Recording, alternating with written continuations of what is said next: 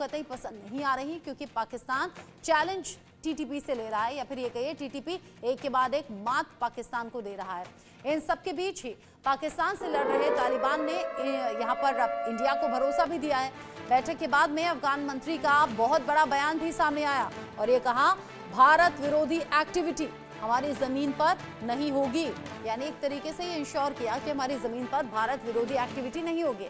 अफगानिस्तान नहीं बनेगा, भारत के लिए किसी भी तरह से कोई खतरा, इस बात का आश्वासन दिया गया। संकट में मदद के लिए भारत का बहुत शुक्रिया भी कहा गया। यानी इस मीटिंग में बड़ी बातें कही गई और बैठक में अफगानिस्तान के मंत्री ने ये बड़ी बातें कही। ये कहा कि अफगानिस्तान कभी भी भारत के लिए खतरा नहीं बनेगा। संकट के वक्त में जो भारत ने मदद की है उसके लिए बहुत शुक्रिया हम करते हैं। पाकिस्तान से लड़ रहे तालिबान ने भारत का शुक्रिया अदा किया है और भारत का शुक्रिया अदा करते हुए ये बताया है कि भारत विरोधी कोई भी एक्टिविटी हमारी जमीन पर नहीं होने वाली। इस पर बात हम करेंगे। संजीव श्रीवास्तव जी मेरे साथ में जुड़ गए हैं, विदेश मामलों के जानकार, और group captain retired doctor VN Jha मेरे साथ में हैं, पूर्व वायुसेना अधिकारी भी रह चुके हैं, तो उनसे हम बात करेंगे इस पूरे सिनेरियो पर। सबसे पहले वीएन झा सर, मैं आपका रुख कर रही हूँ। एक तरफ तो पाकिस्तान है जिसे अलग अलग चैलेंजेस के साथ साथ टीटीपी तालिबान का चैलेंज मिल ही रहा है, और एक तरफ भारत है जो अलग अलग रिश्तों के साथ अपने संबंधों को और ज़्यादा मजबूत कर रहा है, जिसमें अफगानिस्तान से मीटिंग की जो तस्वीरें सामने आई हैं और जिस तरीके से बयान दिया है कि हमारी धरती का इस्तेमाल कभी भी भारत के खिलाफ एक्टिविटीज़ के लिए नहीं होगा। इस पूरे सिनेरियो को आप कैसे देख रहे हैं? पाकिस्तान की नज़र से ज़रूर बताइएगा।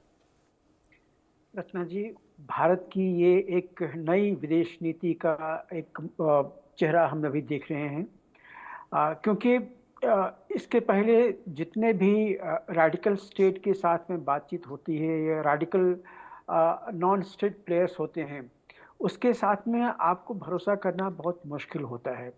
देखिए, तालिबान जो कि जन्म लिया है पाकिस्तान में, पला बड़ा है पाकिस्तान में, उसकी सारी ट्रेनिंग पाकिस्तान में हुई है।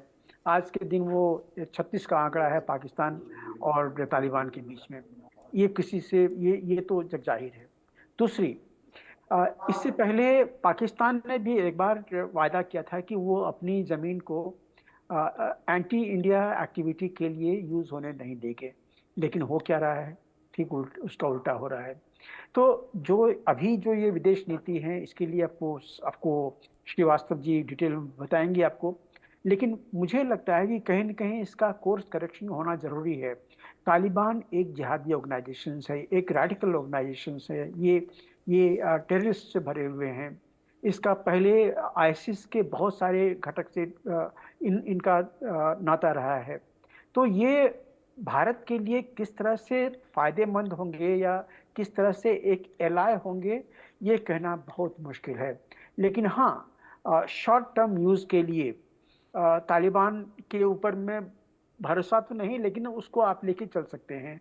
जितना आपने बताया था, जैसे 50,000 टन मेट्रिक टन गेहूं दिया गया था और जितने सारे सहायता दिए गए हैं, तो भारत ने कुछ तो ज़रूर सोचा होगा। आप ये भी याद रखिए कि अफगानिस्तान, तालिबान ही वो ऑर्गेनाइजेशन है जिसने पूरे सिख और हिंदू को अफगानिस्तान से जेनोसाइड करके या तो वहाँ मार दिया है या भगा दिया है। उनके गुरुद्वारे तोड़ दिए गए हैं, मंदिर तोड़ दिए गए हैं।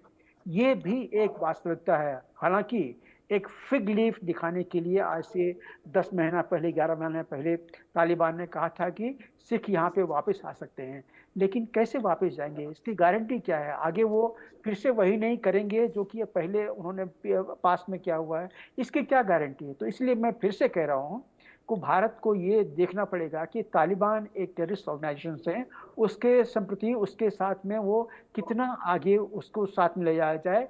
एलाय तो मेरे हिसाब से वो कभी हो नहीं सकते हैं।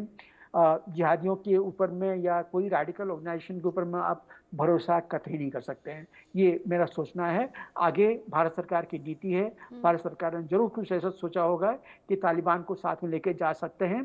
तो आगे जैसे श्रीवास्तव जी बताएंगे, संजीव जी बताएंगे आपको, ये एक थोड़ा सा खतरे से भरा हुआ स्टेप है। जिस तरीके से आपने कहा कि ये अलग अलग सिनेरियोज के निकलकर सामने आ रहे हैं, साथ ही भारत की विदेश नीति के बारे में भी आपने जिक्र किया। संजीव श्रीवास्तव जी, भारत की विदेश नीति जिसका जिक्र पड़ोसी देश और दुश्मन देश पाकिस्तान भी कर चुका है। इनफैक्ट उसकी तारीफ कर चुका है। इमरान खान ने भारत की विदेश नीति की तारीफ करते हुए कहा था कि कुछ सीखना चाहिए। फिर अलग अलग देश के जो राष्ट्र प्रमुख हैं वो भी इससे प्रभावित नजर आते हैं। क्या ये भारत की फॉरेन पॉलिसी है जिसके तहत भारत और अफगानिस्तान की नजदीकी है और ये डायरेक्टली कह लीजिए या इनडायरेक्टली कह लीजिए पाकिस्तान के लिए चोट है क्या? देखिए, ये एक बात बिल्कुल स्पष्ट है कि भारत के लोगों का अफगानिस्तान की आवाम के साथ, अफगानिस्तान की जनता के साथ बहुत ही क्लोज कनेक्ट हमेशा से रहा है। और चाहे वो आज तालिबान हो या पहले की जो वहाँ पे सरकारें रही हो, उसके दौरान भी भारत ने अफगानिस्तान के लोगों की मदद के लिए बड़ी सहायता दी है। भारत ने बड़े इन्वेस्टमेंट्स अफगानिस्तान में किए, अफगानिस्तान की संसद बनाई, वहां पर सड़कें बनाई, ब्रिजेस बनाए और अनेक डेवलपमेंटल प्रोजेक्ट्स भारत वहां चलाता रहा है।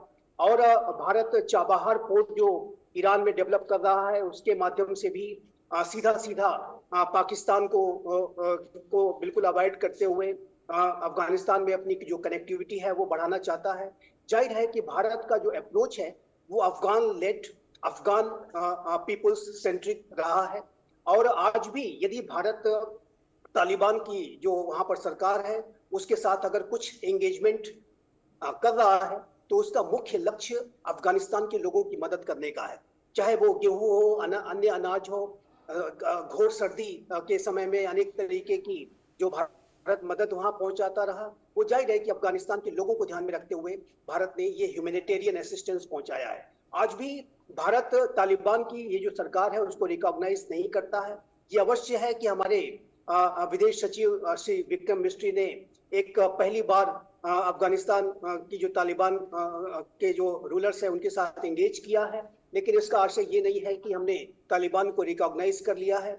भारत का डे 1 से 2021 से जब से तालिबान ने 15 अगस्त को ये वहां पर अपना सत्ता संभाली थी, पूरे काबुल पे अपना कब्जा किया था, तो तभी से भारत ने ये लगातार कहा कि यदि तालिबान अपने व्यवहार में सुधार लाता है, यदि तालिबान अफगानिस्तान की महिलाओं को यथोचित सम्मान देता है, वहां के इथनिक माइनॉरिटीज को यथोचित रिप्रेजेंटेशन देता है, तभी इस बात की संभावना बनेगी कि तालिबान को कोई रिकॉग्निशन मिल सकती है। लेकिन तालिबान ने अभी इतने लंबे समय 2025 में हम आ गए हैं, 2021 के बाद से कोई ऐसा बड़ा कदम नहीं उठाया है कि जिससे कि अंतर्राष्ट्रीय समुदाय और भारत एश्योर्ड हो कि तालिबान को कोई रिकॉग्निशन मिलनी चाहिए। तो तालिबान के साथ कोई रिकॉग्निशन अभी हमने नहीं दी है, लेकिन तालिबान के साथ एक हम वर्किंग रिलेशनशिप बना के रखना चाहते हैं और उस वर्किंग रिलेशनशिप का जो मूल लक्ष्य ये है कि हम अफगानिस्तान के लोगों की मदद करना चाहते हैं।